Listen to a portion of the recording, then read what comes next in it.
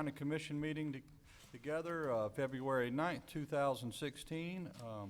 We're going to have a pledge of allegiance led by Commissioner Harris, and then the Honorable Tim Smith will offer prayer. Actually, that's in reverse. You're first, Tim. Please stand and join me in prayer. Dear Heavenly Father, thank you so much for allowing us to gather today as we conduct the affairs of our county. Please place a special blessing on these commissioners and their staff as they make decisions that will affect all of us in our lives. One of the things that you allow us to do is ask for wisdom, and that is what we ask for today is wisdom. Please, once again, thank you for allowing us to meet today. In your name we pray for all these things. Amen. Amen. Please join me in the pledge. I pledge allegiance to the flag of the United States of America and to the republic for which it stands, one nation, under God, indivisible, with liberty and justice for all. I'd like to wish everybody a good morning on a very, very cold morning in Florida. I don't think we have many more left. Spring is right around the corner. Amen. Commissioners, in front of you, item 2 on the agenda is approval of the January 26, 2016 minutes. I'll entertain a motion if you're ready. So moved. Second. We got a second. Any further discussion? Hearing none, all in favor signify by saying aye. Aye. Opposed, like sign. Motion carries. Thank you. Next, I'll turn to Mr. Leary for employee recognition of Mr. Bob Hatton, which I'm pleased to see this morning would meet me at the podium. All right, thank you, Mr. Chairman. Bob Hatton, coming forward now, is the mosquito control director with the sanitation department. Bob has been in charge of leading our mosquito control program and in charge of that effort since 2003. Bob has been selected as the employee of the quarter for the quarter ended March the 31st by a committee of his peers, and so we want to recognize Bob and congratulate him for that recognition. And I think this might be the second time you've been recognized as such, isn't it, Bob? Second time. All right, very good. Congratulations. The way I see it, you have the most important job in the county. People don't like mosquitoes. So we appreciate you, Bob. With good reason. That's right, that's right. Any of my fellow commissioners, any comments? Commissioner Harris? I do. I'm glad to see Bob recognized twice. He always goes the extra mile, and he does things on his own time that help us, and he thinks out of the box, and he's just been really helpful to us. Thank you, Bob. An additional comment is you never see Bob because he works at night when you're sleeping. And every few years, he's so good at his job, you're in here. So it's the best of the world. Anything to say? Well, we're following the Zika mosquito, and the science on it is a little behind, but we know that it is a mosquito. It is carried by a mosquito that is a daytime biter, and it's one that normally comes from your own yard. It doesn't blow in from 5 miles around. It normally comes within 1,500 feet of your house. So you can, everybody in the county can help us in preventing mosquito-borne diseases. Bob, what's the closest community they found this mosquito in to us? Well, the mosquito hasn't been found in Florida. It is in the Caribbean, probably in Cuba or Dominican Republic, but primarily in Brazil and Colombia. But it is coming this way, and we'll be prepared for it when it gets here. There have somebody in St. Johns County came back from the islands, and I imagine that all of us have been to the islands once or twice, and you can bring it back with you in your system. If it bites you in the island, you bring it back. And unlike the West Nile virus and another St. Louis encephalitis or whatever, that this virus is with you, and if a mosquito bites you, you go to the island, get bit by a mosquito, bring it back here, and the mosquito bites you here, it now has the virus, and that's the danger and possibility, worst case of a pandemic someday. Thank you for all your effort, very important. The best part of this award is we have a little token of appreciation for your service, and please keep us abreast on this new virus. Thank you. Thank you, sir.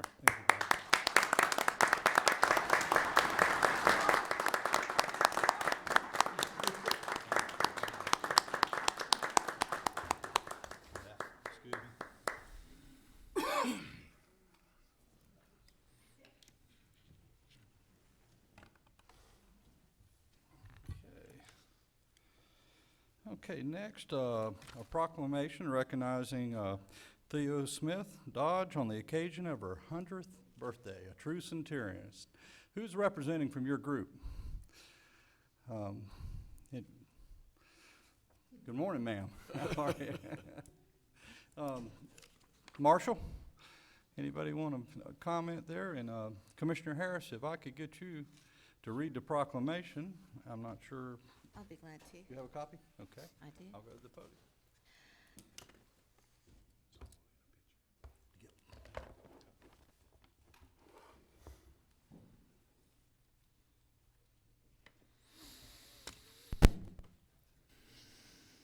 I guess.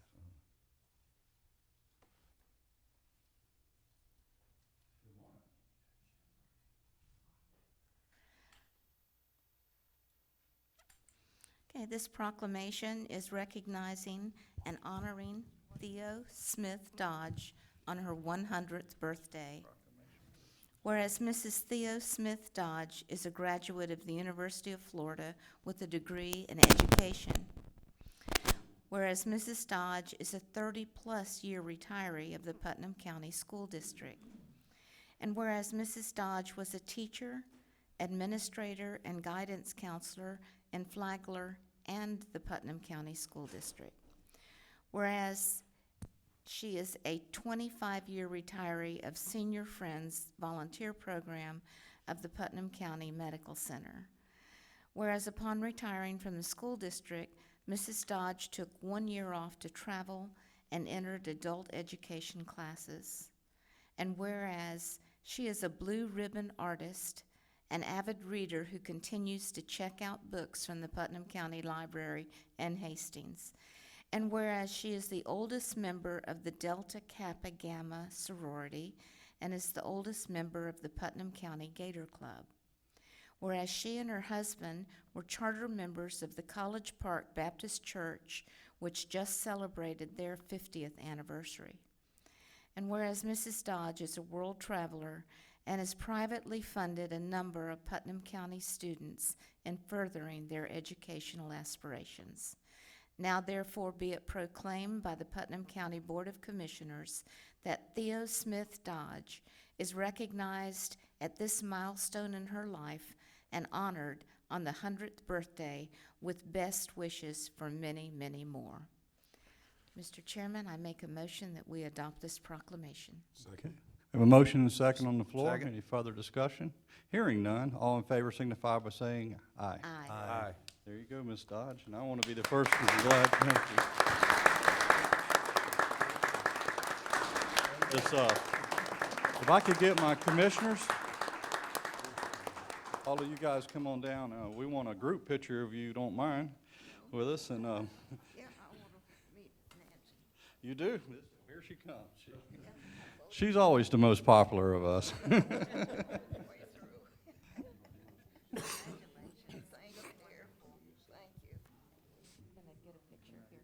Oh, we're gonna Okay. go back Ms. there. Dodge, if you could go in front of the podium, it will work better for us. doing the gator chomp for you.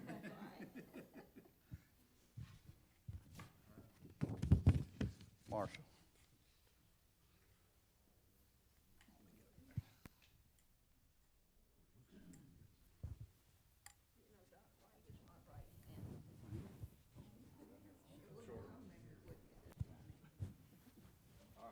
Come together now. Big smiles.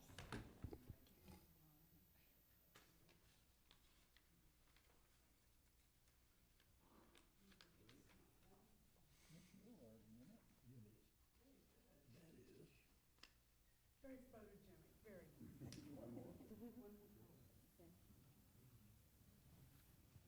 Okay, let's have another round of applause for Ms. Dodge. Thank you so much this morning.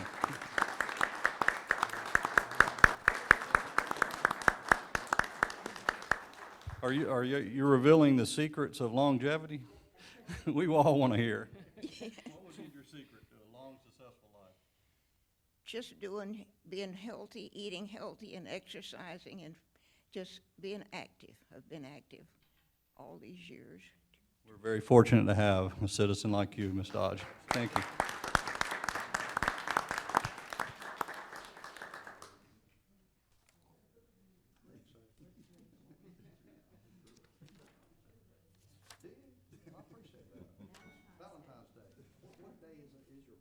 What day? The 18th. I'm the 21st. My daughter's the 17th. All right. All right. Cut a cake. He is, Ms. Dodge. Look at the way he's dressed.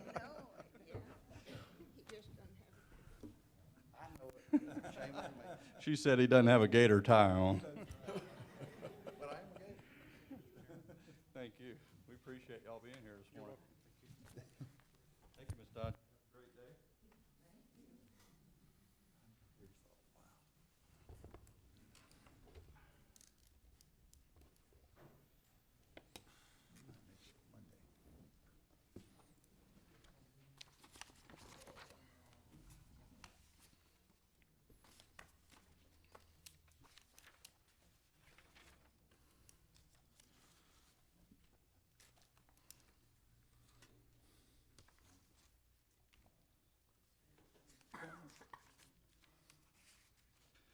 Okay, Mr. Merle Sparkman, are you ready, sir? You're first up this morning.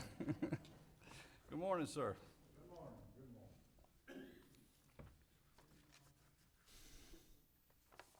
I can't understand this fracking. When we have test wells pretty close to all over Florida, why aren't they being opened up and looked at? I was about 9, 10 years old, back during the Second World War, and an outfit came in and drilled one of those test wells, and as a kid, I was interested, and I had to go watch them. I know exactly where that well's at. To this day, I could walk right to it and point it to you. Why aren't we opening up some of those if we need oil that bad? Instead of maybe damaging something that we can't repair. You could repair those wells that went down, just jerk them up, bat out of the ground. But this fracking, I think, is a little dangerous to take on. You know, water is very precious. It's next to air. Thank you. Okay, Mr. Sparkman, this last meeting, this board voted unanimously to ban fracking, period, in the state of Florida. And there are quite a few other counties that are following suit, and it's hot legislation right now in the legislative session. So. Hallelujah. Yes, sir. Okay. Faye Sparkman.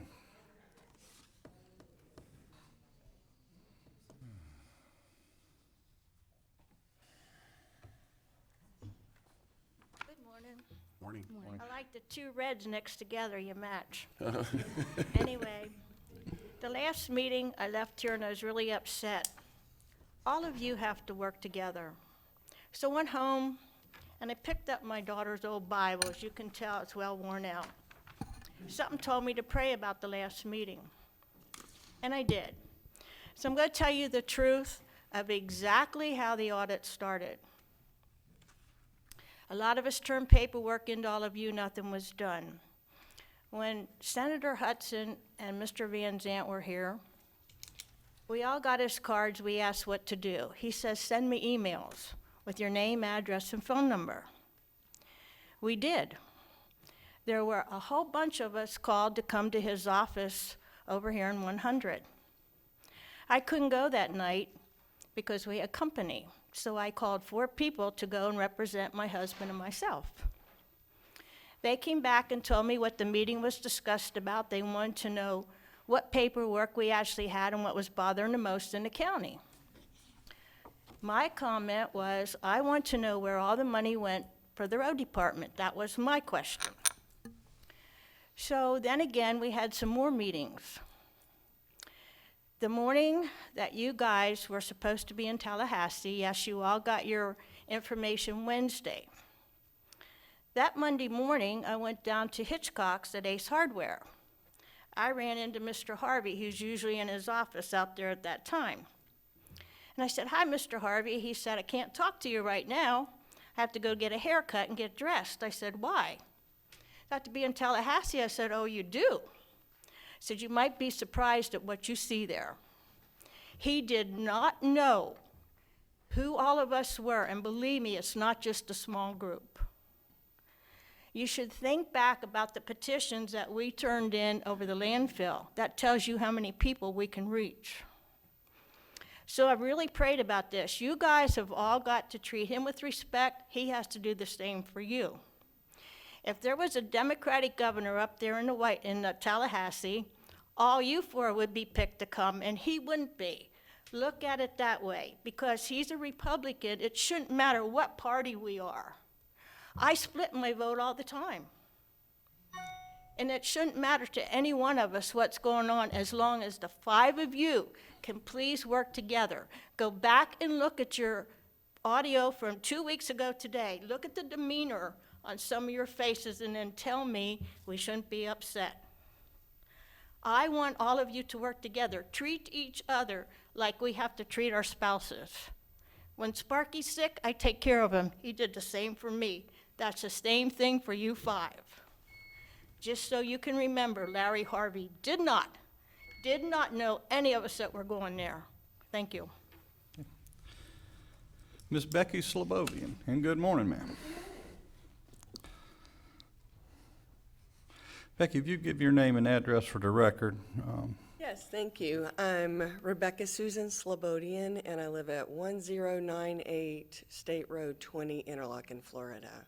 I've been Putnam County resident for 25 years, happily.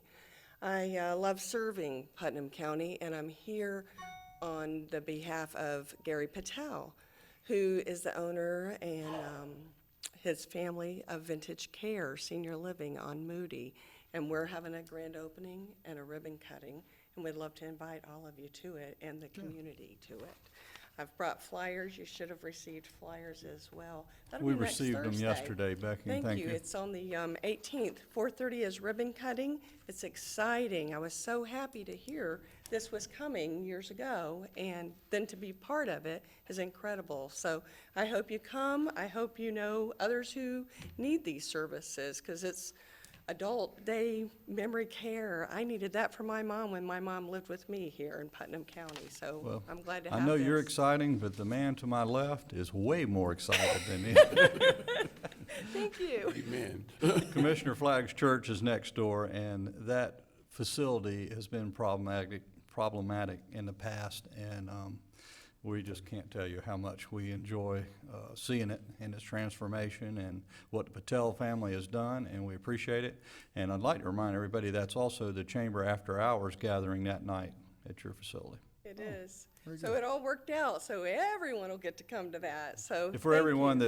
it's the old Arlington House, and it has really been transformed, and it's just an asset to the community now. We look forward to it. Well, thank you. We'll have local entertainment there as well, lots of great food and drink. The address is 203 South Moody Road here in Palaca, so thank you for letting me talk today, and I hope that you all come. Thank you for Thank being you. here. Thank you. Thank you. Okay, anybody from the public for public comment this morning?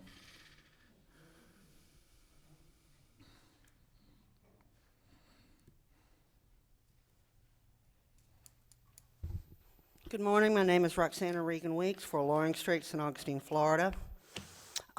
First of all, I'd like to address, when I was here on December 8th, Commissioner Lible, we were speaking about the kill stats you had reported to the media that you claim had gone from 95 to 12%.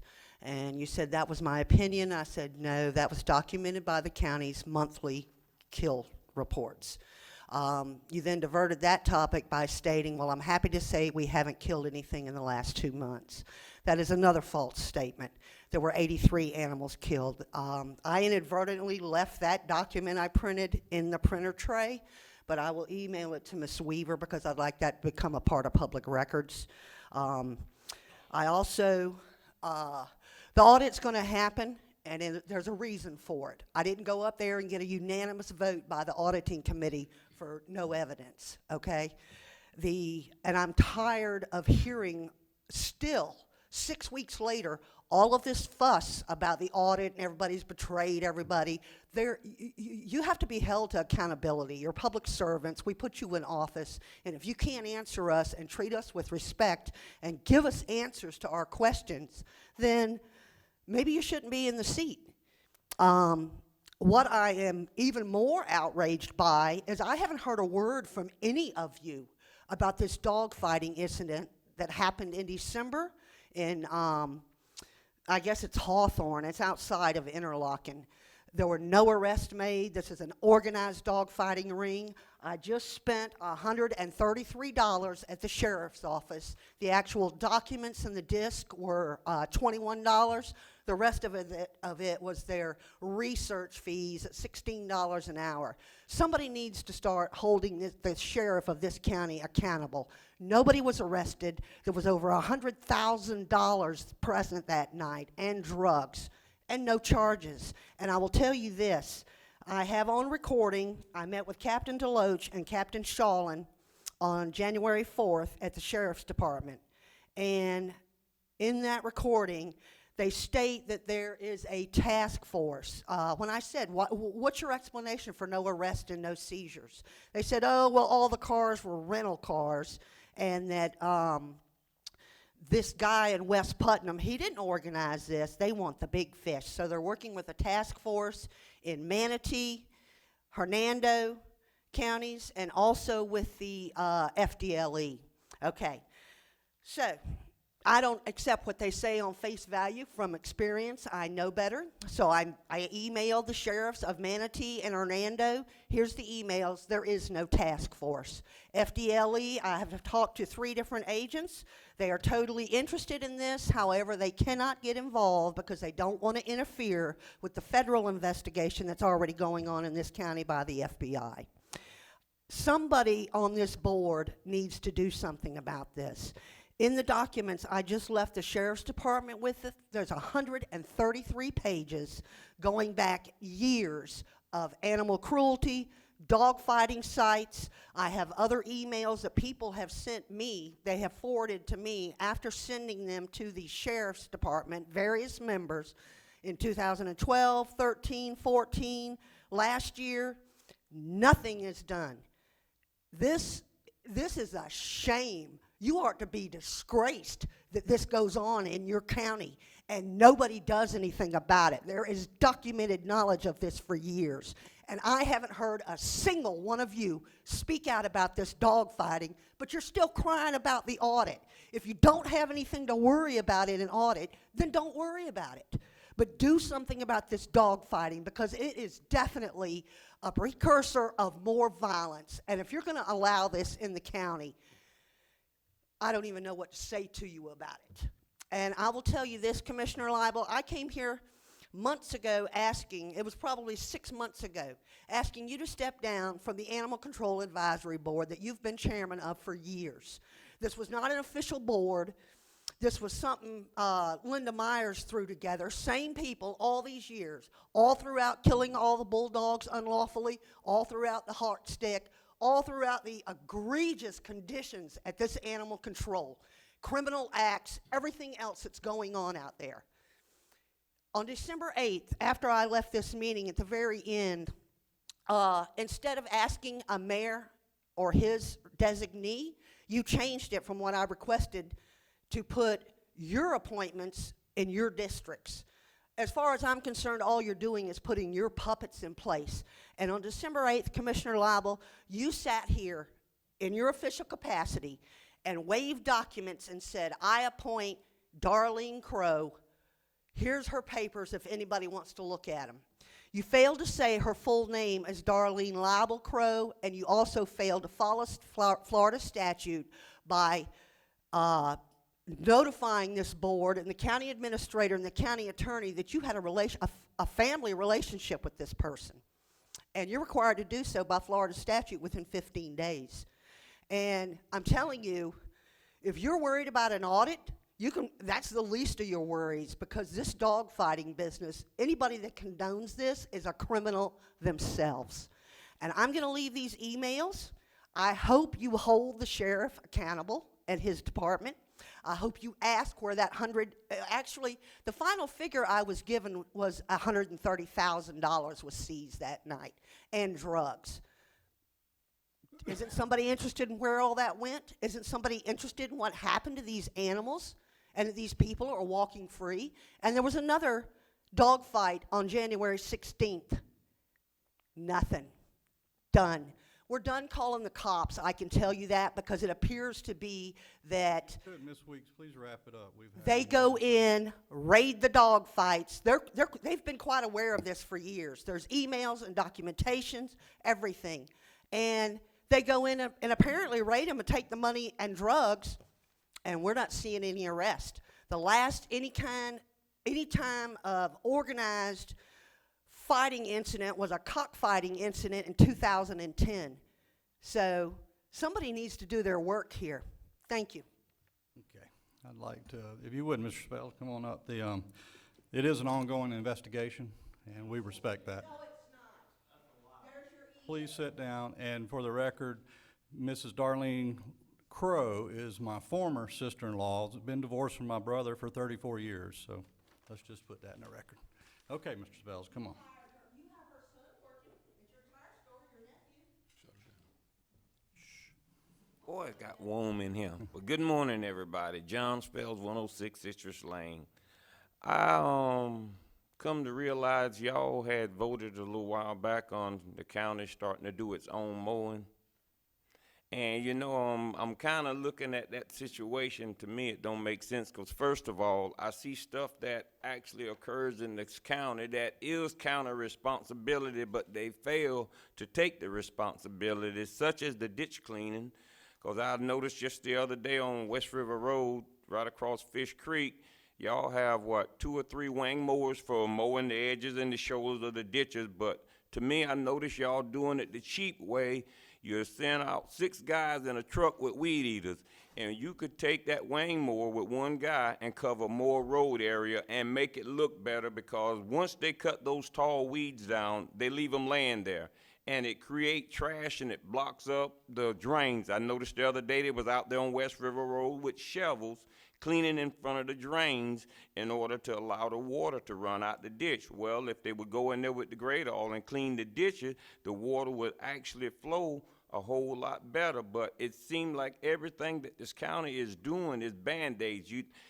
I see more weed eater work doing throughout this county rather than any mowing. And I don't understand, why would you go and purchase these machines and just park them somewhere and then send out just as many men with weed eaters to do it, and it don't look as good? Because y'all need to start cleaning the ditches now. Y'all put everybody under the pretense that y'all gonna try to get a jump start on these mosquitoes. How can you get a jump start when all these ditches are holding water? Because there's really nowhere in this county that y'all really do enough ditch cleaning to even have 3 grade alls. And to me, it don't make sense. So why would you take on responsibility of wanting to mow throughout the county when you got equipment for doing things you're not doing anything with already? Can I get an answer from somebody, or somebody say something? It really is a public works question, Mr. Spells, and Mr. Tkovovich, I'm sure, is noting what your commentary is, but that's the proper channel. Well, even on Rails and Trails, the lady was in here at the last meeting speaking about how y'all just take one in and clean up. Well, you actually went down there and you just stuck a Band-Aid on the issue, but you look further down the road, it looks so much better. But you know, y'all need to really take a little more pride in what y'all supposed to be overseeing, rather than just keep buying all of this stuff. Because I come to also understand that y'all supposed to be purchasing another truck for picking up the debris and tires and all of that. But to me, it don't make sense to go buy new pickups and you beat them up and they get all damaged. Why don't y'all do like the city, get you a truck with a gravel bucket? You can go there with one person instead of everybody on the county got to go around and pick up stuff.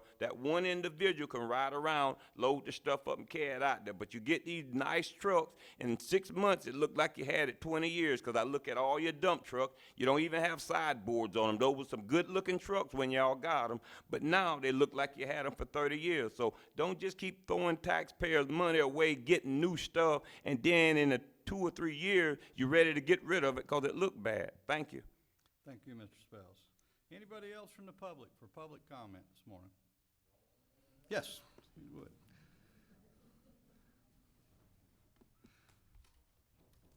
Good morning. Good morning.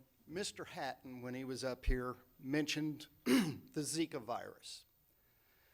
The thing that is so scary about the Zika virus is that only 1 in 5 people that are infected have any symptoms of being infected.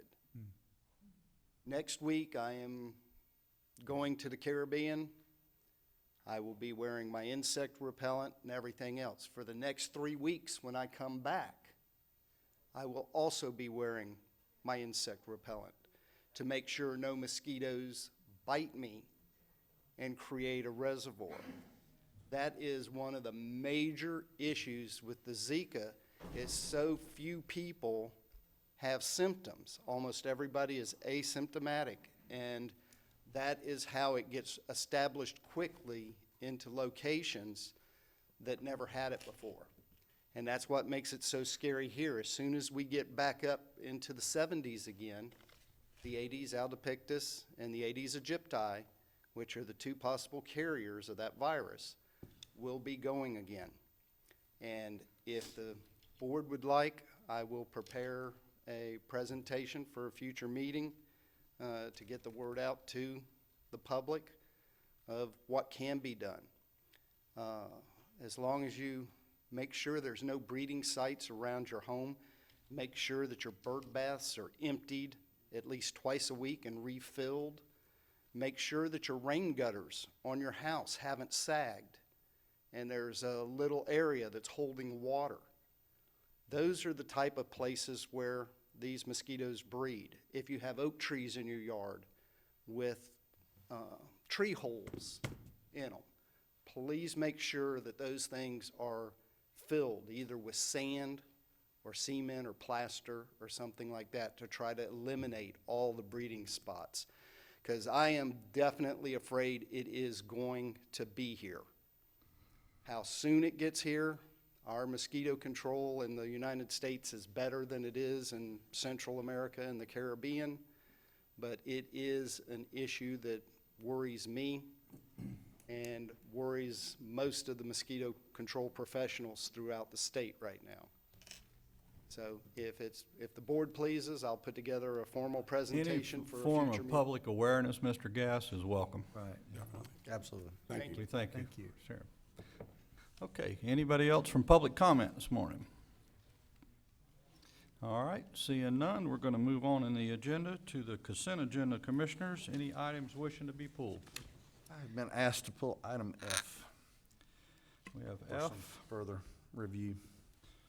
Anything else? Mr. Chairman, could we pull item J for just conversation, please? Review and conversation. Mr. Chairman, I so move that the consent agenda be approved on items A, B, C, D, E, G, H, I, K, and L. Second. Okay, a motion and second on the floor. Any further discussion other than the ones we will be discussing?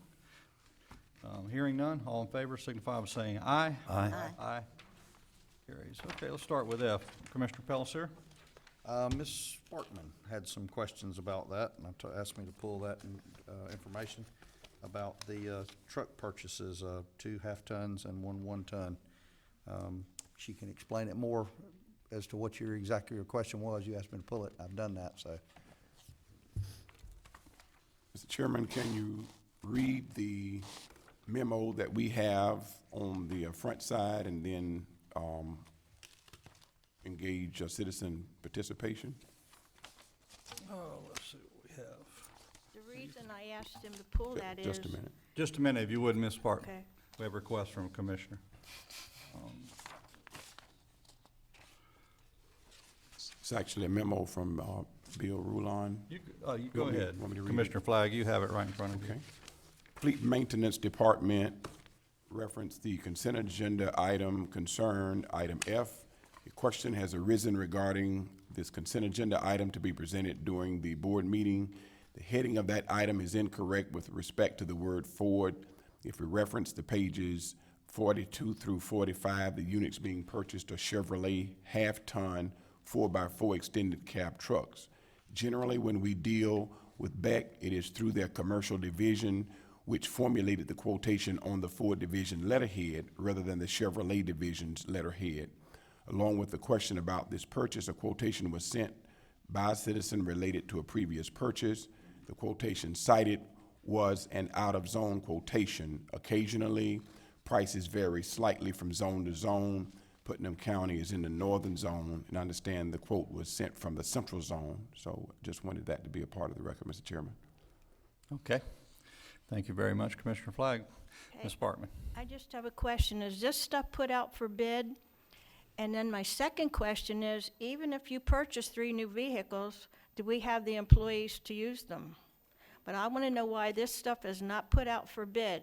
Because the last vehicle you okayed, I understand they either have to go to St. Augustine or Ocala to get the repair work done or the warranties. But if you buy something new, and I presume that's what these are, they should have warranties wherever you're at.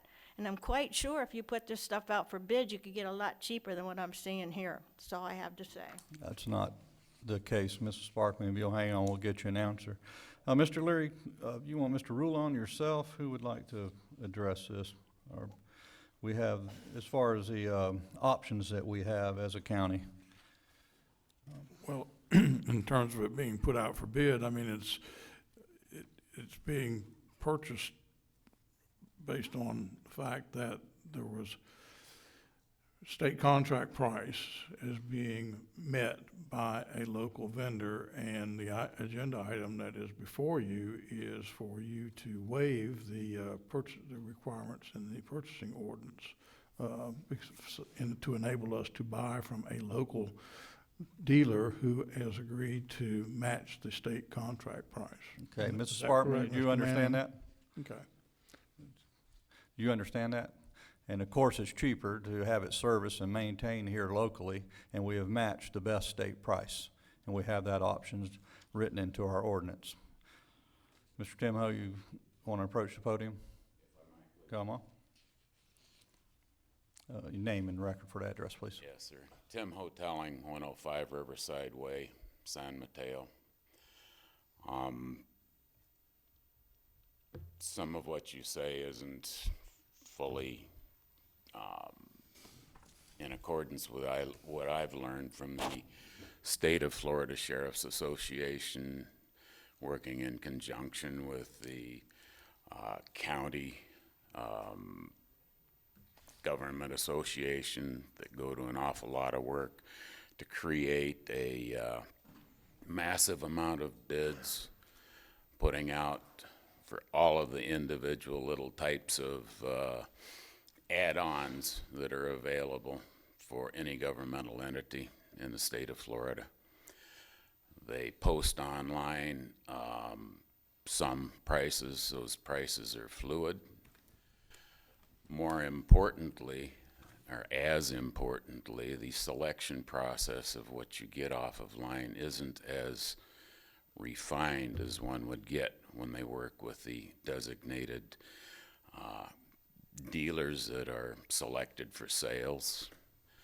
For instance, I am told that had the county decided to work with the county association and the sheriff's association, they probably wouldn't have selected chrome bumpers, chrome wheel plates for the rims, heated seats, heated mirrors, things like that, and it would have been more efficient and more economical The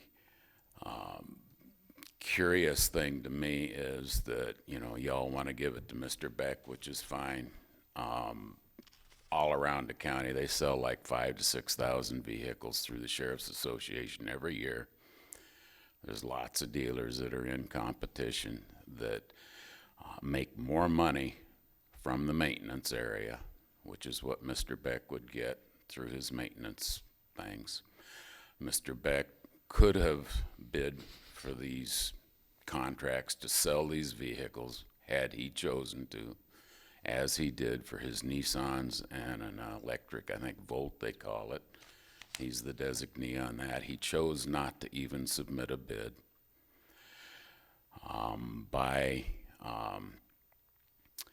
There's something about 0.5% extra.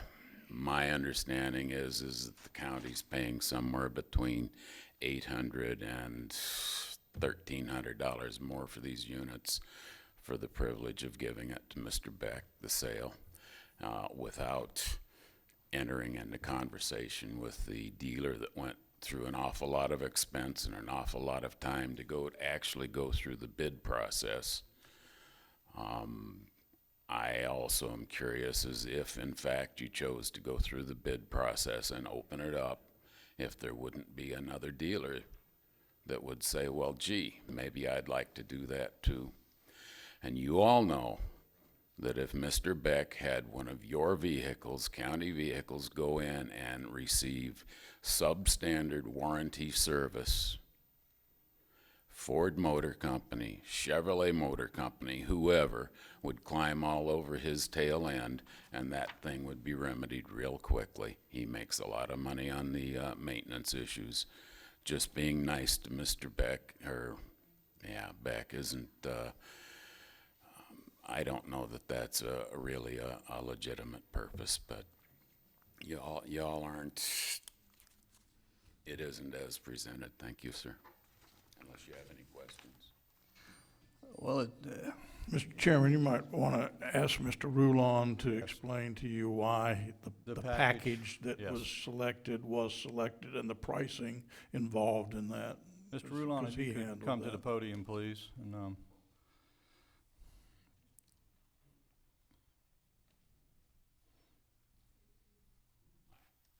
Hi, Bill Rulon, Fleet Maintenance Director. To answer your questions, basically, the quotations that we put together, again, through Beck, and as we're asking for the get that microphone real privilege, close, sorry. if you could, Bill. Privilege to purchase through Beck, through the sheriff's contract, which would give us, as quoted through the website, the cheapest price as put through that contract.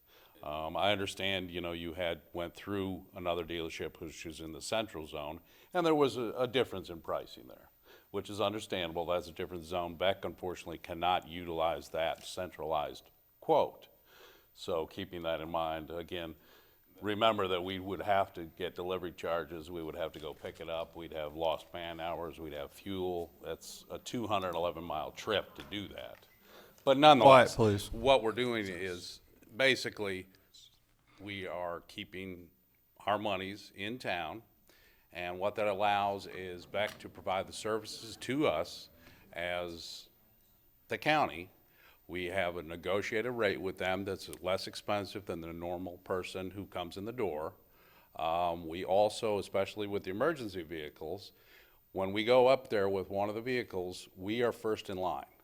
There might be 40 other vehicles in line that were there prior to us, but because we are a customer of Beck, we're pushed to the front of the row to get our equipment out as quickly as possible. With that being said, with respect to the specifications that we put in place, we have a lot of considerations that are made as we do that, as to what we need and the necessities. We're not out looking for flashy things. While some of the things that are on that particular item may seem like, hey, we're getting these special wheels and we're getting this and that. That's just part of the package. But the overall, what we're looking for, which in the long run saves us money, is for us to better and more effectively do our jobs. One of those things being within that package is our ability to be able to put in laptops, which are in all emergency vehicles, it's in fire, it's in police, it's and so forth. And this is one of the considerations that was put into place for the Public Works Department to be able to get immediate responses from their department as a problem, or as if a resident calls in and say they have an issue with a road, it can immediately go on that computer system. It is available in the truck. Now, if I didn't include that in the specification and had to modify it later on, I could be talking anywhere from $4,000 to $6,000. And I put together police cars, I put together fire department vehicles, and it's a huge amount of money to put in all the electronic equipment and all the power supplies and all that, USB ports, all that. That's all in this package. So while you know, there are those things that you may not be happy with respect to a chrome wheel and a chrome bumper and things like that. It's just part of the package, but overall, it's cheaper. And we can also flow that on to Mr. Spells. As he said, he does not want to see junk driving around the county on the other vehicles.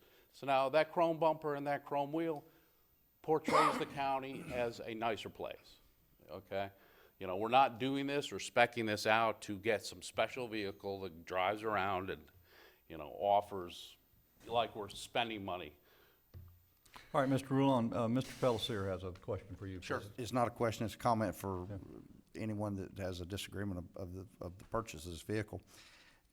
If you deviate from a package deal from a manufacturer, just because you think you're saving money, they have incorporated that into their pricing. And if you want a plain bumper or a plain seat, but with this package you get this, that, and other, when you deviate from it, they have to change that at the manufacturers, and it is a higher expense to you, whether you think you're saving money or not. I don't make Ford and Chevy up there do it. I just know I've bought new vehicles before, it's been a long time. But if you deviate from certain packages because you think you don't want this or don't want that, it actually costs you more money because that's a special order then, because it comes out of that package. So the package, Observation. the package is cheaper than cherry picking, Correct. which is what Mr. Rulon is charged with doing, is getting us the cheapest price.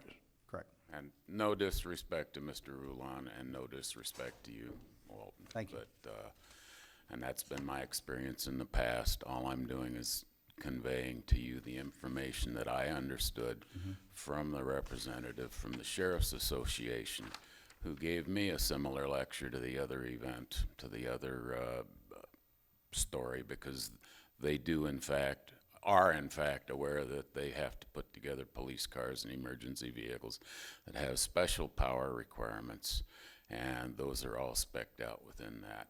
I'm just conveying to you that what was conveyed to me, that things are fluid, and they gave me a specific example of a cloth seat or a work seat versus a whatever, and it flew in the face of what I had taken as gospel also. I'm just suggesting that maybe a little bit of further review might be viable, useful, and it's sort of disrespectful for all of the y'all that belong to county associations and the state sheriff's association to have them go through all of this work and effort and expense and then just ignore it because We didn't ignore it, Mr. Timo. That's a bad choice of words. Yeah, Chip, I'm told that it could have been done a little cheaper, and I'm just bringing it to your attention, that's all. Well, I think that Y'all make your choices. supporting local businesses are a priority of this board, and we do that through many measures, not just this one. And we'll continue, sir. Any other comments? So moved? Have a motion on the floor? Yeah, go ahead, Commissioner Harris. Okay, so we're buying Chevrolets, and the quote is for a Chevrolet? It is, And from my understanding. the one that you got is on a Ford? You have in our package something from Don Reed Ford. Yes, ma'am. Last month, y'all bought a Ford. I was told the reason that y'all bought a Ford was because it was $2,000 cheaper than the Chevy, or they actually end up requests. On that I model. made a mistake when I took a look at this month. Somehow I got in my brain that it was a Ford, which is why I sent in the update.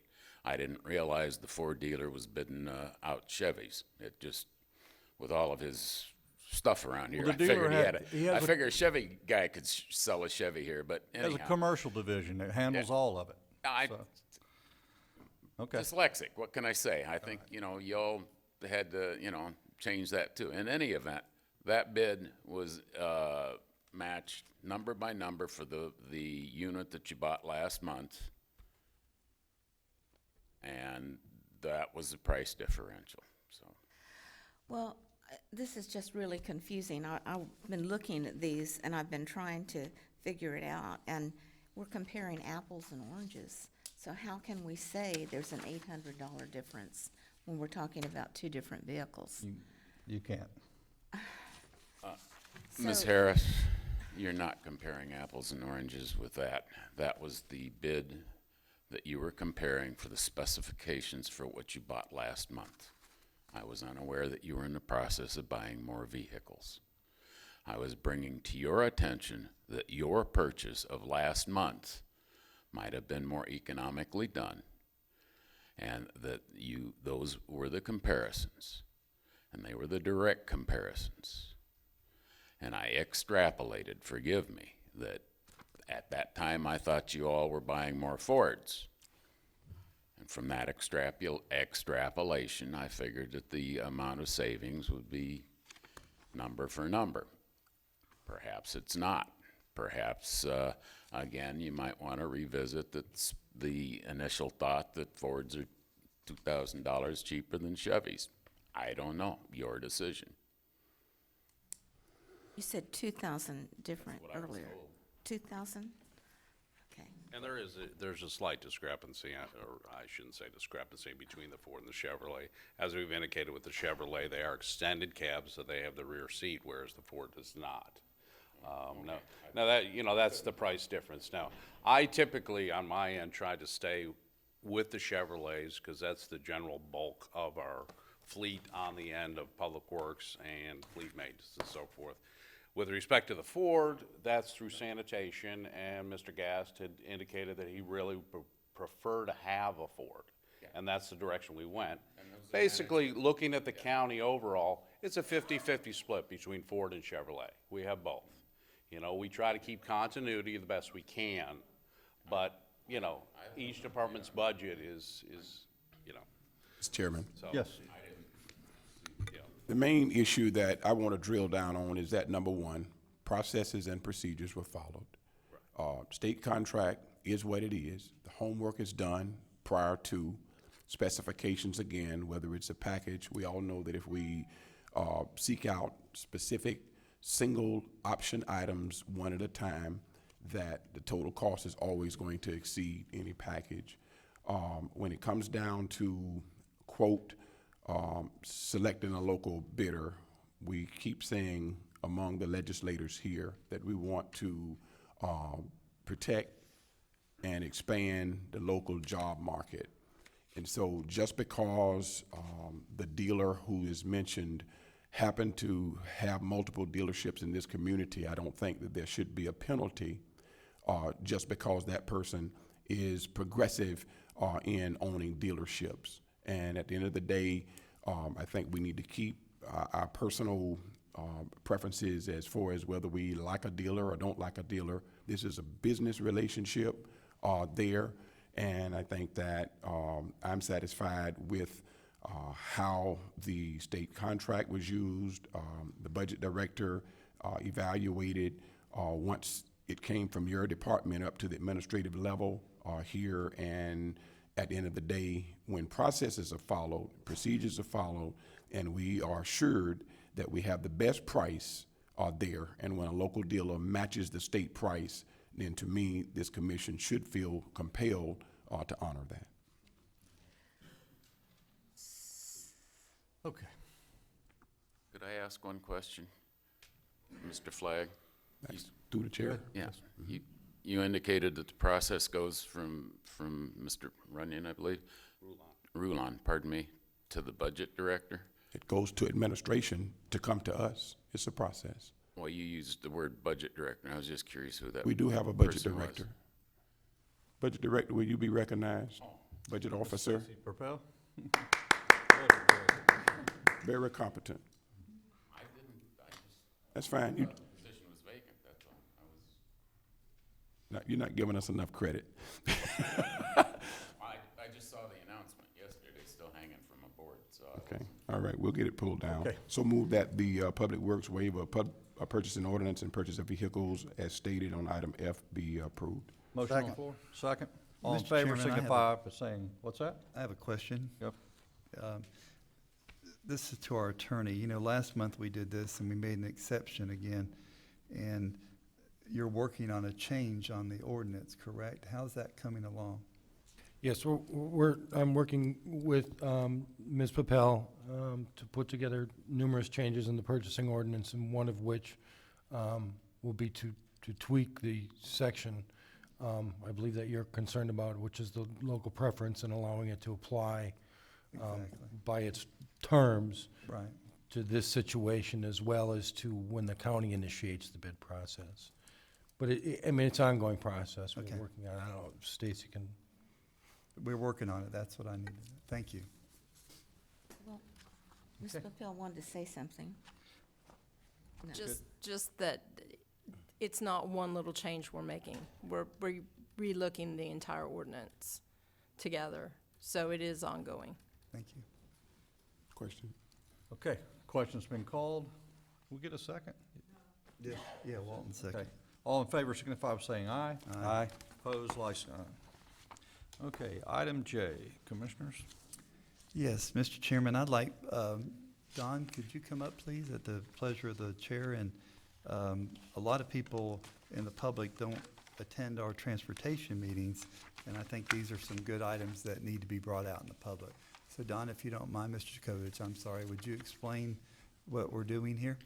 Yes, every year, the DOT asks us what type of projects we would like to see funded in the future that we don't have the funds ourselves to accomplish. And so every year, we give them projects in several different categories, and they are trying to put all of their requests to us in a timeline that they're all going to be similar. I think in the next year, all the different types of projects will be asked for in the fall all at once. We do different projects. What we have here is a program called the County Incentive Grant Program, and that's to put projects in place that add a reliever or a reduction to the vehicles on state roads. So we chose St. John's Avenue because that is parallel to State Road 20. That's that program. The SCOT program, the Small County Outreach Program, allows us to spend money on paving dirt roads that we don't have enough of, and we normally choose long-length roads to pave. One of the roads that we got approved for the future is Lake Susan that's going to be coming up. So that's a good one. But this year we're paving the rest of Holloway that we won't be able to pave this fall, and then Tinsley to make a connection there. Another program is the Small County Road Assistance Program, and that one allows us to do improvements on the roads that we already have paved, whether we resurface them or add a turnout or something that adds safety to those roads. And that's what that project or program is for. There's other programs as well, a Transportation Alternatives Program, and that one we already submitted suggestions in December. That's a program that we're allowed to do alternatives to paved roads that will get people off of paved roads, particularly trails. And that's what we use that program for, is to get trails built within the county. And another program that we're getting ready to submit a suggestion for is the Highway Safety Improvement Program. And that program allows us to add projects that we can't spend the funds on, to add improvements to safety on roads that maybe not aligned right or don't have the proper signalization and things like that. And this year we're suggesting the Moody Road alignment problem, and that's what we're going to put in that program. Right. Well, thank you, sir. I appreciate that. Mr. Chairman, thank you. So move. All right, motion on the floor, second. Any further discussion? Hearing none, all in favor signify by saying aye. Aye. It carries. Thank you.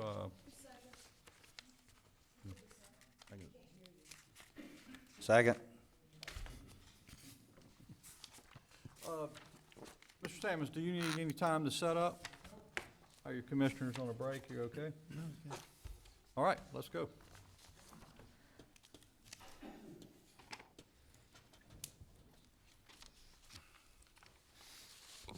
Good morning.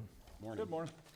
First case is 2009-01122, 447 State Road 26, Evangeline Clayton and family. This property was first seen by code enforcement on November 24th, 2009. There was an unsafe deteriorated mobile home on the site and a care of premises problem. On November 24th, 2009, a notice of violation and hearing had been sent out. Property was rechecked on November 25th, 2009 and January 12th, 2010. And nothing was happening with the property. Case went before the special magistrate and he found it to be in violation and gave the owner until April 26, 2010 to comply, or $25 day fine would commence. $100 administrative fee was also assessed. Property was rechecked on April 28, 2010, and some progress had been made, but it was still in violation.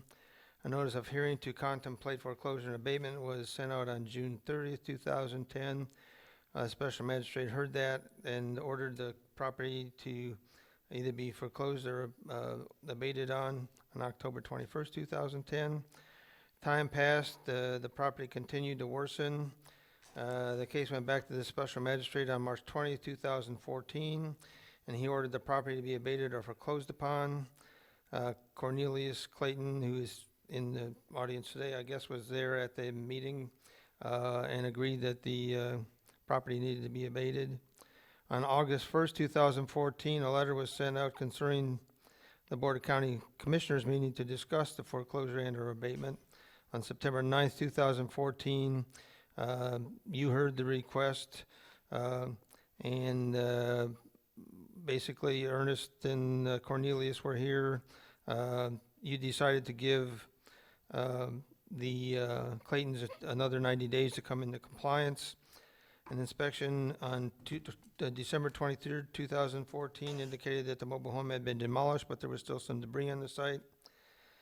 On November 13th, 2015, the property was in compliance. The Claytons requested a fine reduction hearing. Special magistrate heard the request on January 21st, 2016, and the special magistrate recommended to the board that they accept $1,362 in lieu of the $50,675 fine if it's paid in 90 days of the action. And as I said, the Claytons are here. Any questions? Thank you. Commissioners, any questions for Mr. Sammons on this case? Both of the brothers are here. I think one of them. Okay, if folks would make your way to the podium, we look forward to hearing you. Good morning. Doing good, thank you. I was here less than a year ago, and I talked with you all. If you would, you got to state your name and Ernest. address for the record, please. Ernest Clayton, 299 Milan Road, Fayetteville, Georgia, 30214. Thanks, sir. And I was here before when I talked to you all briefly on the situation of what had happened. And at the time, my sister was staying there. And so I'm the one who turned her into the Code Enforcement Board because of the situation of the house. Okay, the magistrate had her coming down, not me or my brother. So I couldn't do anything at that time because they was giving her the time, okay?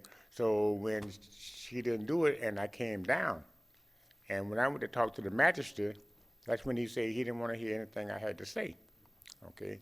So what happened was, by him doing this, I went on back to Atlanta. So by me going back, and all this time had expired, because I was going to take the house and the trailer and rehab it, because it could have been rehab, be done all over again. So what happened was, after he didn't hear anything I had to say, then I come to find out that there was a fine on me and my brother, okay? Well, what happened was, I guess 1952, that's over 50 years ago, my grandfather built the house. He put my mother's name first, my sister's name, my name, and then my brother's name. We was 9 years old then. So it was 50 years before I didn't even know my name was on that deed. okay? But we still had the responsibility because our name was on there. So my thing was, when I came up here, I said, well, you know, my brother said, well, the house was so far gone, trailer, that we couldn't rehab it. So what happened was, by the magistrate not letting me say anything, he threw me out, see what I'm saying? And I know that I could have done that, and I don't think that was right. So when I came here before you all, I explained that to you all. So then you all give us 90 days to tear it down. So I came back to Florida. I stayed here for 7 weeks. I paid with my brother, we paid over $3,000 to have people to help us tear it down. So I came and did what I thought was right. Now, I lost money because the magistrate did not let me rehab that house. So I lost money because I could have either sold the trailer or either I could have had somebody to stay there and rent it out. So I don't think that it's fair to us that we should be fined for something that was not our fault. You know, and then like I say, you know, I want y'all to take that into consideration, you know, because when y'all told us to do what we had to do, I took my trailer and my truck, and I pulled 90% of that trailer down. My nephew came and finished doing it. So I mean, I tried to do what was told at that time when you all told us that we had to tear it down. Okay. Is your other brother with us? Would he like to comment? Okay, sir. Thank you. Any other comments, questions from commissioners? Mr. Chairman, the recommended action from the magistrate is to accept the $1,362, and that is in comparison to what the accrued fines would have been, and it's based solely on the worksheet that we have indicating the number of inspections and the administrative, which is very modest, hearing officers and things of that nature.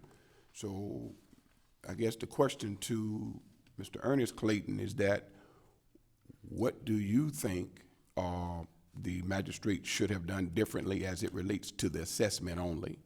Well, the first thing, what he should have done was he should have listened to what I had to say. Okay, but we passed that now. Yeah, I know we passed that, but I'm not saying, you know, he throwed me out. So otherwise, we wouldn't be here now if he had to listen to me, okay? Now, he wanted to put a fine on me, but yet and still, I could not speak. And then my sister was the one staying there at that time when it came through. So who is Evangeline? Evangeline is my oldest, she's my sister. Okay. She was the one who was living there. See, I haven't lived there in over 50, 60 years. See what I'm saying? So I couldn't do anything until the magistrate, you know, got through with her. Then that's when I came in. And that's when he told me, I wanted to explain him the situation. He told me he didn't want to hear nothing. Mr. Clayton, is your older sister on the deed also? It was my mother first, my sister second, I was third, and my brother, You only have one sister? one sister, and Okay. she's in the nursing home. So Evangeline was on that deed Yeah, she's on that deed. primarily, So okay. it was no single owner, and so the magistrate had to follow the law. Evangeline had the clout, I guess. But That's where I was going with this. but then Were you still- present, excuse me, Mr. Clayton, if I could. Mr. Sammons, were you at the special magistrate session that day? Come to the mic. Okay. No, he wasn't there. I apologize, you weren't allowed to speak. I don't think No, that's that's right okay. either. But see, the same token is this, that if the magistrate would have sent me a letter, my brother's a letter, different story. But see, he was dealing with my sister at that time. He was not dealing with us. But then we had to come in at the end when he refused to speak to me, and then when we got a letter, then my brother got one, then I got one too. Can the attorney deal with the way that the deed is listed with Evangeline Clayton on there? Is there a process when you're serving and the property is deeded out like this at all? I can't speak to that without looking at what the requirements are for who's provided notice. I'm guessing it's everybody that's listed. I believe they go by the tax. Do they go by the tax assessor's website and who's listed as the owners, and that's who gets served notice. And it would be at whatever address is also listed for those owners, which I would be venture to guessing it probably would have been the address at this location. So there may have been, I don't know, but there may have been, multiple letters sent with different individuals' names on top to the same address. It's possible, but that's just a guess. Mr. Chairman, Yes, Commissioner Harris? this doesn't sound right, and I would like to be sure how it went and have us look into that before we make a decision. So if it's okay, I'd like to make a motion that we postpone this and have our attorney look at everything and see if it's okay before we make a decision. And possibly ask for the minutes of that special magistrate meeting. I'd like to know if this man was denied, Sure. so to speak. I second that motion. Question? Okay, call the question. Any further comment? Hearing none, all in favor of the motion signify by saying aye. Aye. It carries. Is that good with you, Mr. Clayton? Yes. We're going to look into it further. Thank you, sir. Yes, sir. Y'all have a blessed day. Thank you.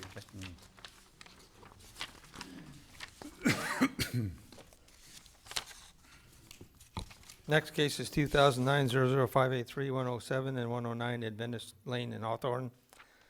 This also is a fine reduction request. Property was first seen on April 23rd, 2009. There were unsafe condemned homes and mobile homes on the property. We worked with the property appraiser because there's a lot of houses out there and it's not clear where the property lines are. It took us a while to figure out where the property lines were and where the houses were. And then after that, we sent a notice of hearing on July 8th, 2009.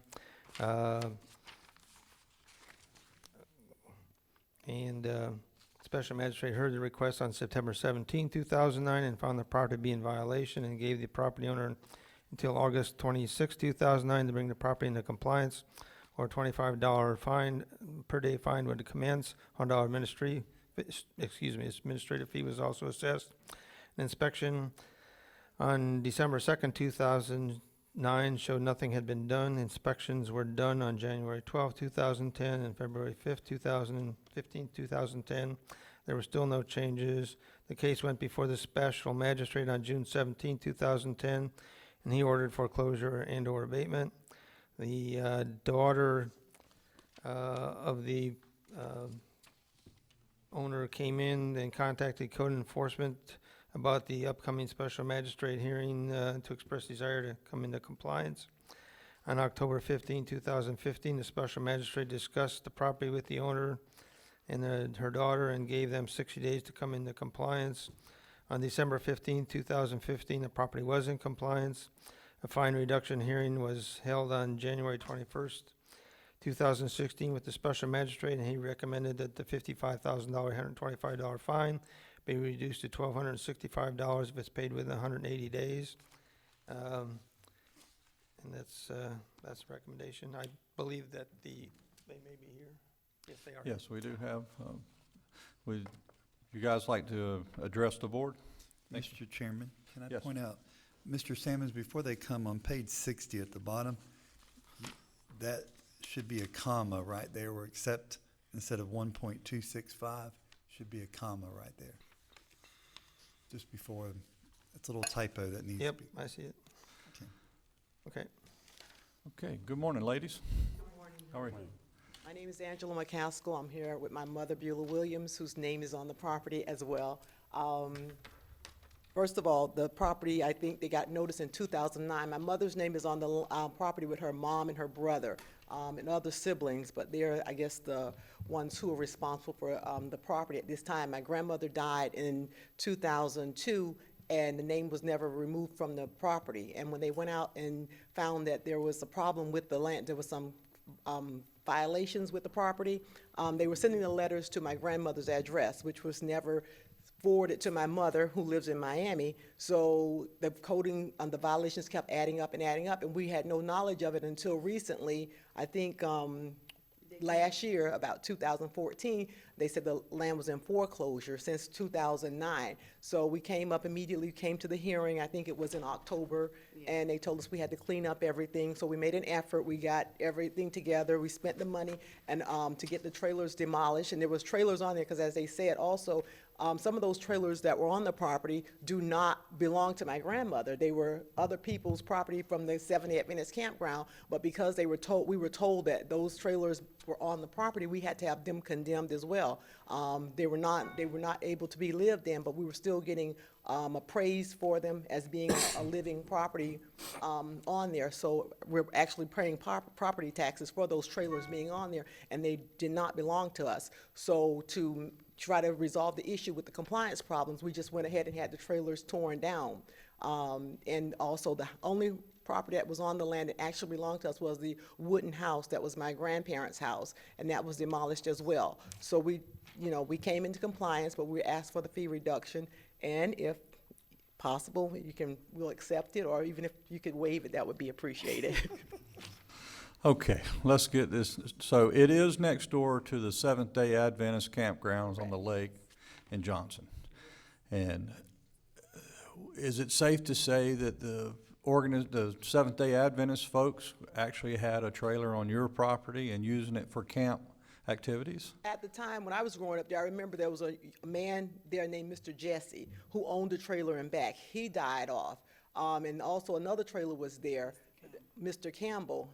He was from the Seventh-day Adventist campground. They lived there. He died off too, so the trailers just were there sitting and they became condemned, and no one ever, So it's safe to say you had squatters. I guess so. Okay. Well, so since And we it's were- also safe to say that they didn't help you with the tax bill. Exactly. Okay. And we still have a lot to do with getting the the land surveyed, because I've contacted a surveyor out of Hawthorne. It's hard to get people to survey land up here for some reason. So they told me they wouldn't be able to do anything until late January. I contacted them again, nothing has happened, but we still need to get some of the properties off that land that do not belong to us. Okay, commissioners. Wow, this is Commissioner? not simple today. No, it isn't. I'm familiar, you familiar with this area? Yeah, I And am. I could see how this could happen there. Sure. I really could. Yeah. So, I think we need to, I don't think we're going to be able to untangle this, but I would like to give the people a negotiated lower rate than the $1,265. what are you suggesting, Commissioner Harris? I would suggest $630. With the same time period or a change in the time frames? Can you do that within 180 days? Yes. Then I make a motion that we reduce the fine to $630 in view of the circumstances, instead of the $1,265, with it to be paid within 180 days. I second that. We have a motion and a second on the floor. Any further discussion?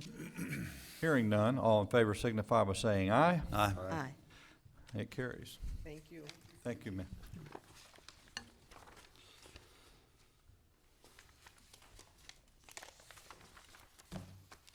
The next case is 2013-00199, 105 River T Drive, Robert and Virginia Bonar. On April 11, 2013, code enforcement conducted an inspection and witnessed new windows and doors being installed in the mobile home. A notice of a hearing in violation was sent on August 16, 2013. Special magistrate heard the case on June 20, 2013, and he found the property to be in violation and required compliance by September 19, 2013, or a $25 day per fine would commence. $100 administrative fee was also charged. The case went back before the special magistrate on December 19, 2013, and he found the property to still be in violation, in order that the lien be placed on, but also granted time extension to fix the violation until February 1st, 2014. The $100 administrative fee was paid at that time. The property was still in violation on February 1st, and a lien was recorded. Permits were not final, so staff scheduled another hearing Then staff discussed the case with the owners and removed the case from the July 17, 2014 docket. Special magistrate did hear the case on March 19, 2015, and ordered the county to foreclose or abate the property. The case went into limbo because we had so many staff changes at that time, so it didn't progress. The owners obtained a new permit and got the permit finalized on December 31st, 2015. The special magistrate heard their case for a fine reduction on January 21st, 2016, and recommended that the $16,925 fine be reduced to $765 if it's paid within 90 days. Okay, do we have the Bon Airs are here? If you'd like to address the board, please.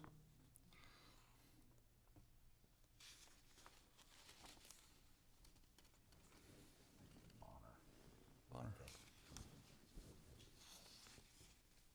Good morning, sir.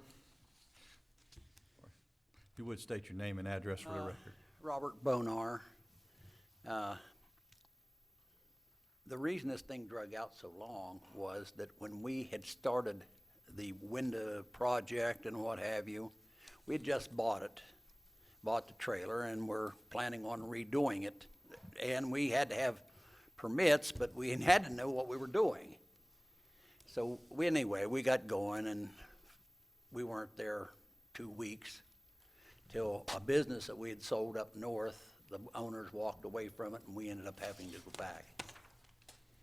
And for the next 3 years, we were rebuilding a business that they gutted and walked away from. Our son was there, and he had looked at it. Well, he'd done, I guess, what he could do. He really, he didn't have much authority to do anything, so he finally did. But anyway, I want to apologize for all the inconvenience that we caused. It really wasn't meant to be this way and wasn't meant to happen. It's just one of those things that we were far enough away, I just couldn't get a finger on it. So I'm okay with the fine. Mr. Bon Air, was your son living there? No, I know he wasn't. No one was living in it. He was just trying to get as much as he could, and it just didn't work, that's all. But we've got it under, been inspected, and it's fine now, and everything's going on. It looks like we're gonna have a winter home for a while anyway, so. Okay, commissioners, any questions for Mr. Bon Air? Mr. Chairman? Yes. So move approval of special magistrate, accept the $765 if paid within 90 days. Second.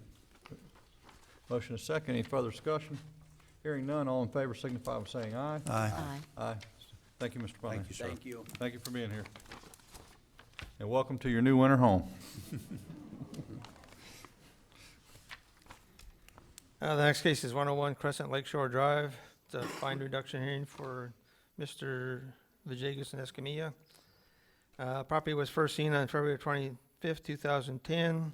The house was for sale, but windows were broken. Notice of violation was sent on March 1st, 2010.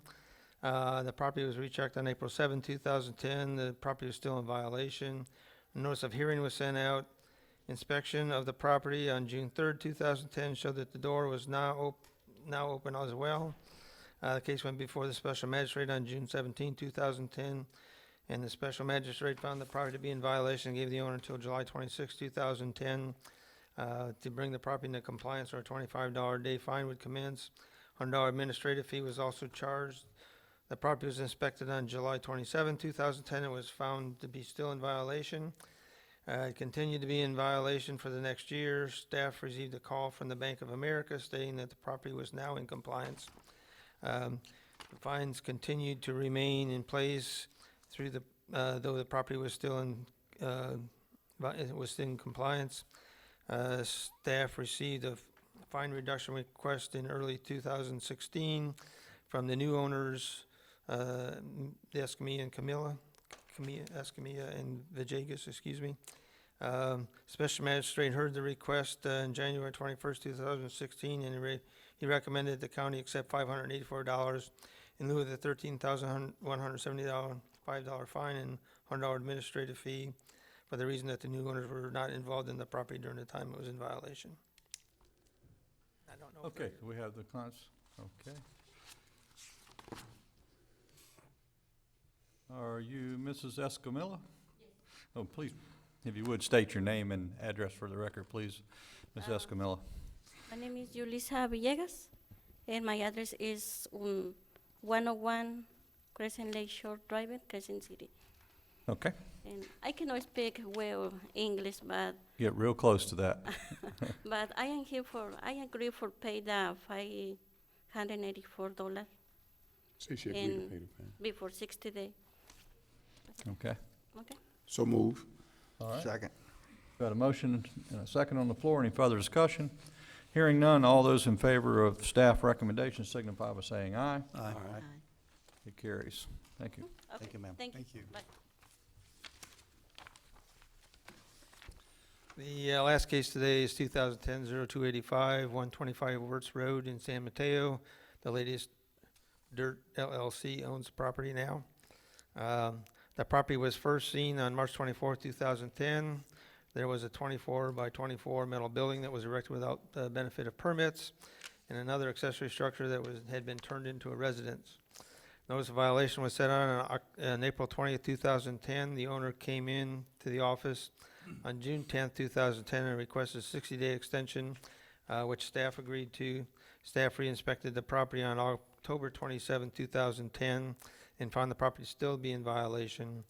On May 19, 2011, the special magistrate heard the case and found it to be in violation and gave the owner until May 18, 2011 to bring the property into compliance, or a $25 day fine would commence. The property then went to tax deed sale on December 4th, 2013. Building official Kevin Powell rechecked the property after that and found it to be in compliance. The newest owner, Latest Dirt LLC, came in and requested a fine reduction hearing. Special magistrate heard the request on January 21st, 2016, and recommended that the $21,300 fine be, plus a $100 administrative fee, be reduced to $574 if it's paid within 30 days of Board of County Commissioner action. And Mr. Schwing is here. Hey, Mr. Sammons, anybody from Latest Dirt LLC here this morning? Ken Schwing. What's that? Ken Schwing is here. Oh, Ken Schwing, okay. Anything? Oh, there he is.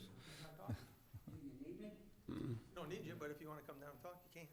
Well, you agree with the staff recommendations, Mr. Swain? Yeah, I agree. If you would, go ahead and state your name and address. You're on your way. Okay. Ken Swing, 126 Elderberry Lane. Okay, and you agree with staff recommendations, Special Magistrate? All right, motion on the floor? Second. Second. Any further discussion? Hearing none. All in favor signify by saying aye. Aye. Aye. Opposed, like sign. It carries. Thank you. Thank you. Thank you, Mr. Sammons. All right. All right, we're going to go into appointments. County Administrator, Mr. Rick Leary. Well, actually, I have one additional item, and, Mr. Chairman, if you'll remember, in the previous session of the legislature, the county was beneficiary of two grants from the legislature, and we have been waiting many months for the formal agreements on those grants, one for East River Road water main transmission in the amount of $250,000, and the other for the East Palatka Drainage Project in the amount of $152,000. Both of those grant amounts given to the county for the purpose of doing design and permitting for those two projects. We have finally received the formal grant agreements from the state, and they have been prepared for my signature, and we are presenting them to you today for acceptance and authorization of execution so that we can return them to the state. And if you'll recall, the state had already given us permission to engage engineering firms so that we could proceed with getting that design underway, and that work has already been done, or not completed, but it's underway. Good job. Good to hear that, too. Any comments? Mr. Chairman, I Oh, move yes. approval for those two grants. Motion on the floor. Second. Okay, any further discussion? Hearing none, all in favor signify by saying aye. Aye. Okay. Motion, all right. Anything on animal services? I have something. Okay, go ahead. I would like to have agreement to appoint Brett Peterson from Crescent City to serve on the Animal Services Advisory Committee. Okay. Motion on the floor. Is that in form of Mr. motion? Chairman, I have one. We could do them both at the same. Okay, good. Okay. Come on. I'd like to appoint Wanda Rekowitz to that board. Okay. Anything else? Yes. Do you want to go on to another appointment? Let's take them one Okay. category at a time. Fine. I think, is that proper, legal? You can do it either way. Can I do them all? All right, go ahead, Larry, let's do them all. No, I think Ms. I Harris do. had. Oh, you did, I'm sorry. Okay, on the Planning Commission, we received a letter from Bill Pickens that he would like to resign. He's got a lot of things going. And I have someone else that's wanted to take that. Susan Neal Roberts used to be on the board, and she accepted a position in Daytona. She's back, and she said she would really like to serve again. She was good. So I'd like to appoint her. She lives in Lake Como, and I'll give the information to Tabitha. Okay, So move recommended appointees be appointed. Second. all right, motion is second. All in favor signify by saying aye. Aye. Aye. And that motion carries.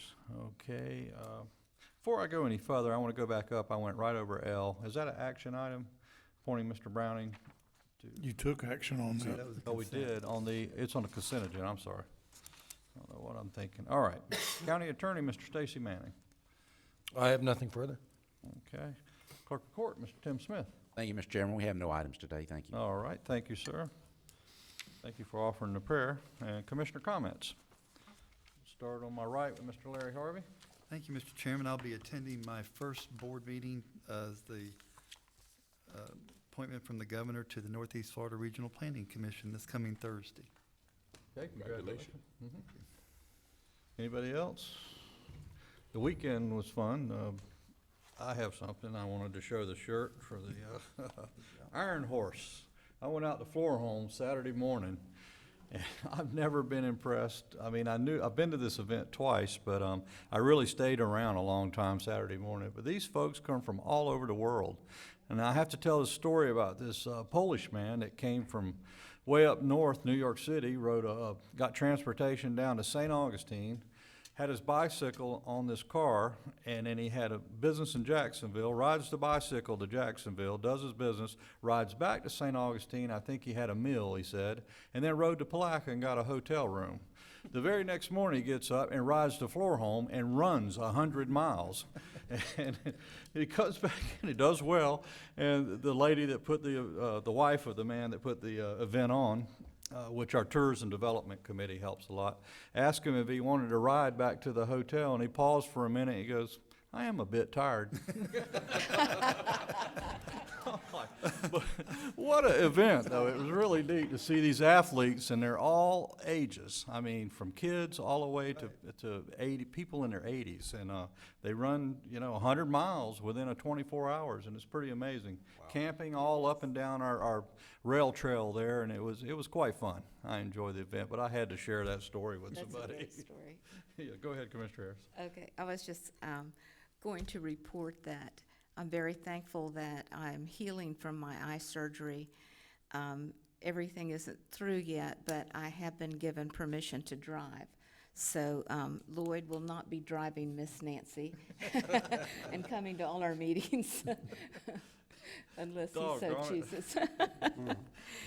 So I'm just thankful for the progress and that And I can see we're to so glad drive. you're healing up, and I'm glad they got to the bottom of it. Commissioner Flagg. Yes, sir. Two quick things. Yes, sir. One of Putnam County's newest citizens, Jayla Faith Wright, granddaughter, born January 31st, 2016, 11:34 p.m., 7 pounds 1 ounce, bouncing baby girl. So And one needless to say- proud grandfather. Absolutely, yes. And thank you so much for all the congratulations and well wishes. While we were in Tallahassee at the legislative delegation, we did have an opportunity while in the Small County Coalition meeting to address the executive director concerning the derelict boat situations that we encounter from time to time. So I know that legal is on point and will keep us abreast of the progress, but my emails are coming in as to whether or not we're moving forward. And although it's at the pace of a snail, it appears we are moving forward, because those boats are, and especially the ones that are just disintegrating right in the water, and it's a hazard. And the issue as to whether or not it's a county issue or a state issue or which agency has the jurisdiction, I think that the executive director is going to really be responsive and reply back to us. But let's certainly keep that dialogue going. Oh, absolutely. And as I said before, in addition to that, we're also working on a county solution through an ordinance, which we're hoping will allow us to take some action on our own. So we are taking a two-pronged approach on this, and hopefully we can move this forward. Yeah. And Probably not as quickly as you would like, but I was going to suggest a third prong, declaring a public nuisance and making it disappear. Yeah, well, Ken, and that, I would like to get behind that. That third prong is to be proactive before they sink, because the cost of dealing with them skyrockets when they hit the bottom of the river. If they're still floating, if we can be proactive, like you're suggesting, Commissioner Flagg, it's gonna be a lot cheaper on the taxpayers of this county, or the taxpayers of the state also, I should add. So if our legal department can turn the heat up before those boat sinks, Yes. Mr. Chairman. Okay. May I have one more moment? This coming Sunday, Linda and I will be celebrating 31 years of marriage. So, yeah. Congratulations. She's a tough girl. For her to put up with me for that long has been a blessing, but, Amen. yeah, we're very excited about 31 years. So. Congratulations. All right. Anything else before the board? So move, we adjourn. Okay, it's been granted. Thank you, everybody, for coming out this morning. Lord knows what to do.